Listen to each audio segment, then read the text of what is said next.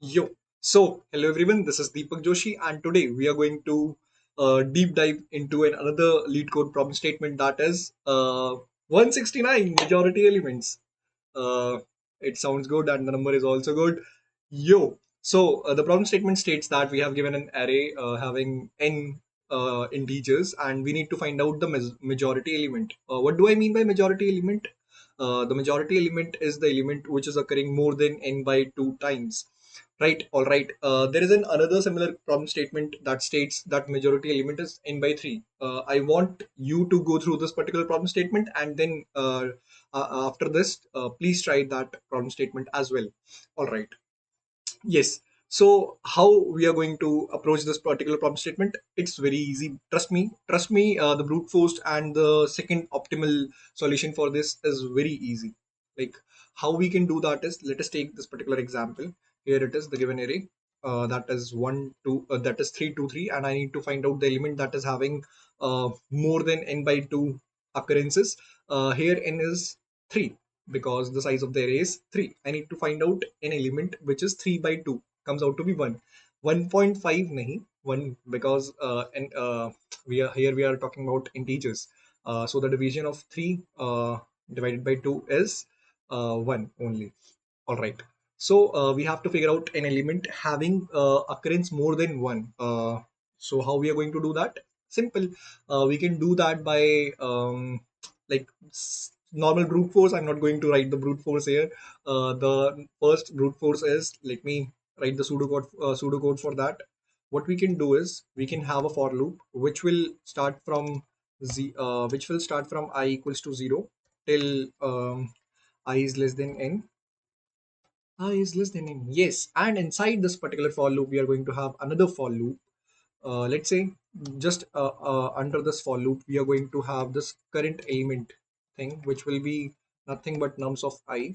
And in the inside for loop, we are going to iterate from 0 till it should be till j less than n, guys. And here we are going to compare like how many times the current element has been occurred, and we are going to make its count plus plus. And simply after that, after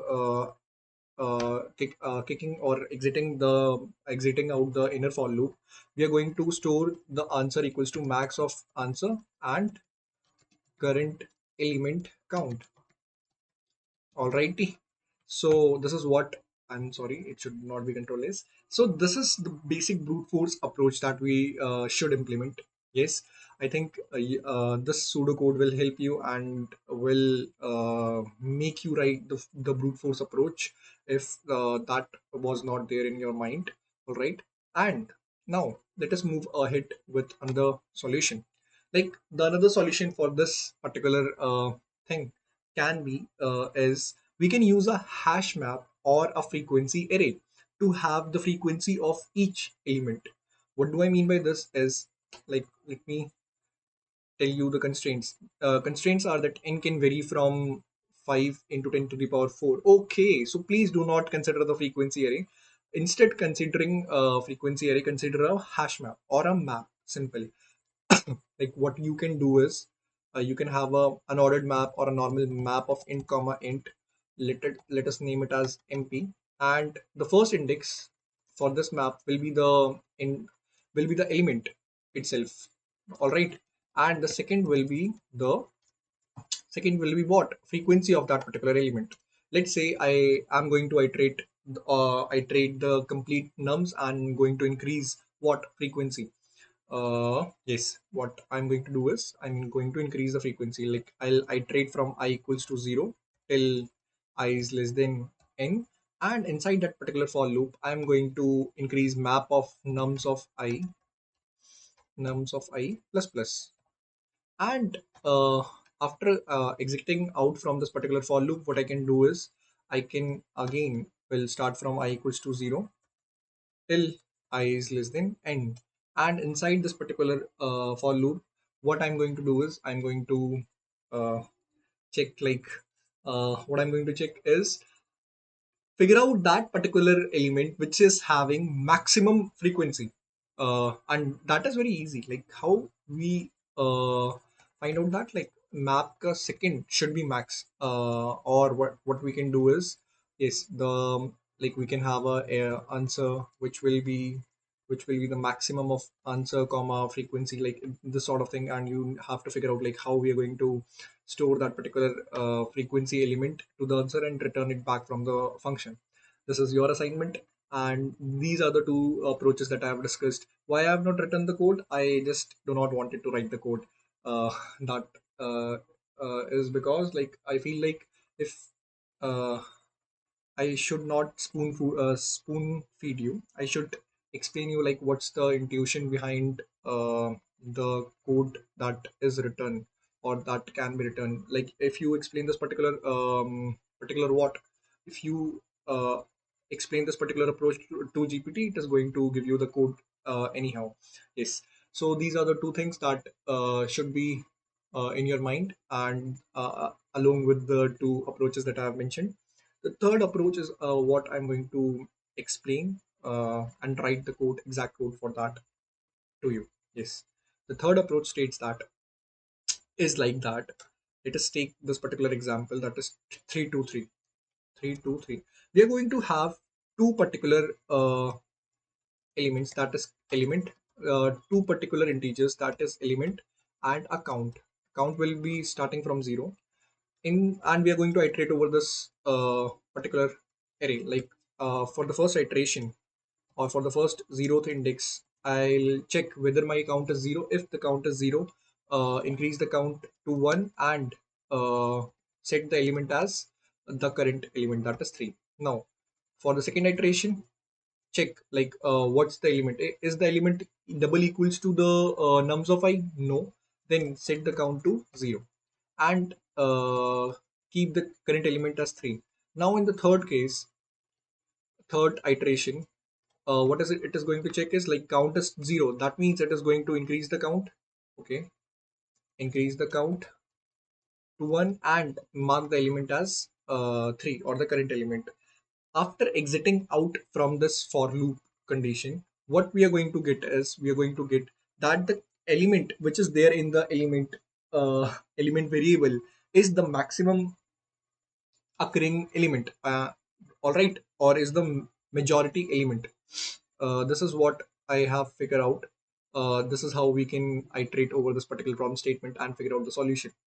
Yes. I can explain you another. I can explain you another example as well, but I want that you should try run it and figure out like what I have mentioned to you. Let me just write the code part for this to you, and this time I'm going to show you an interesting thing as well. Yes. First of all, let me find out the size of this particular given array, that is nums.size, and then let me initialize element and count from 0. Count should be from 0 and element is not required to be initialized from any integer. Yes, and then I'm going to iterate in the array. Yes, and first case is check if the count is 0.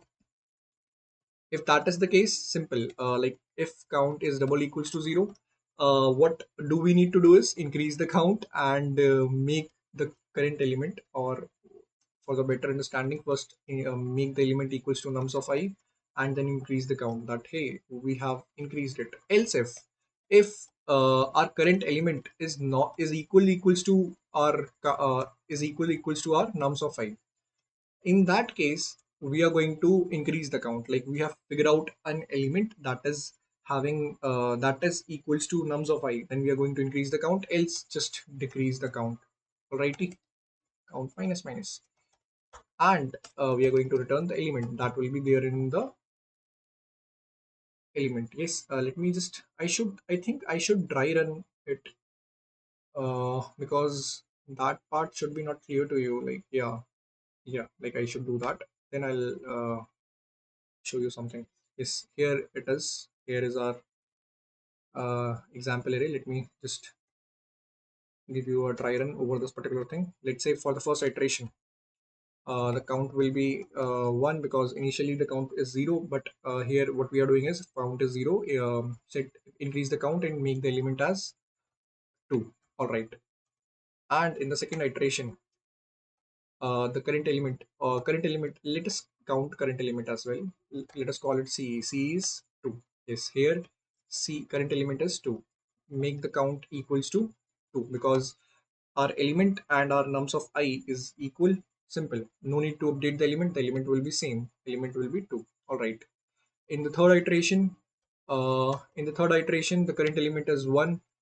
If element is not, if it is not both the case, like count is not equal to 0 and element is not equal to nums of 5, that means we are going to reduce count. How we are going to do that? Simply make it 1 and element will be, what is element? Element will be still 2 because we are not removing element if we find out that the current element is not equal to our element.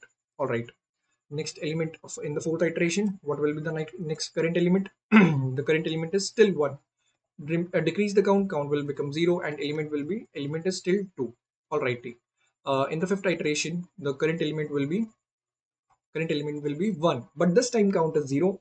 So this particular if case is going to be done and our count will become 1 and we have to update element as well. Our element will be 1. All right. And then in the sixth iteration, our current el- our current element is 1 and our count will become, because our element in nums of I is equal, we have to increase count. It will be 2 and what will be our element? Our element will be 1. Alrighty. And in the seventh iteration, um uh or am I right or am I doing something wrong? Yes, I think I have done something wrong because there is 3 1 and I wrote 4 1. It should be 2 and previously count was 1 and it is not equal to 0. It should become 0 and the current element is 1. Yes, all right. And then for the last element, the current element is 2 and count should become 1 because our count is 0. And this if particular if condition will be executed and our element should become 2 because in this particular if case we are updating the element as well. So this is the way, this is the dry run of for this particular exam test case which I wanted you to do. But all right, yes. So I have submitted that and it worked fine. Let me show you, let me just try to write this in TypeScript and then I'll show you something like why I code in C++, and you can compare different languages on the basis of this thing. Like what we need to do is first, I am going to figure out the size, and that is how we are going to find out. Like no need to write nums colon number because explicitly or implicitly it is going to be a number, nums dot length. Yes. And then we have to declare like declare what? Declare element. It should be mentioned that it is a number, and for the counting, we do not require to mention that it is a number because eventually a zero is a number. Yes. And then we are going to iterate over the array, which will be from I is less than n and I plus plus. Yes. And we are going to write our count is equal if our count is equals to 0. In that case, make element equals to nums of I and increase our count. If okay, if that is not the case, and our element is equals to nums of I, then simply do one thing like increase count plus plus. I'm sorry.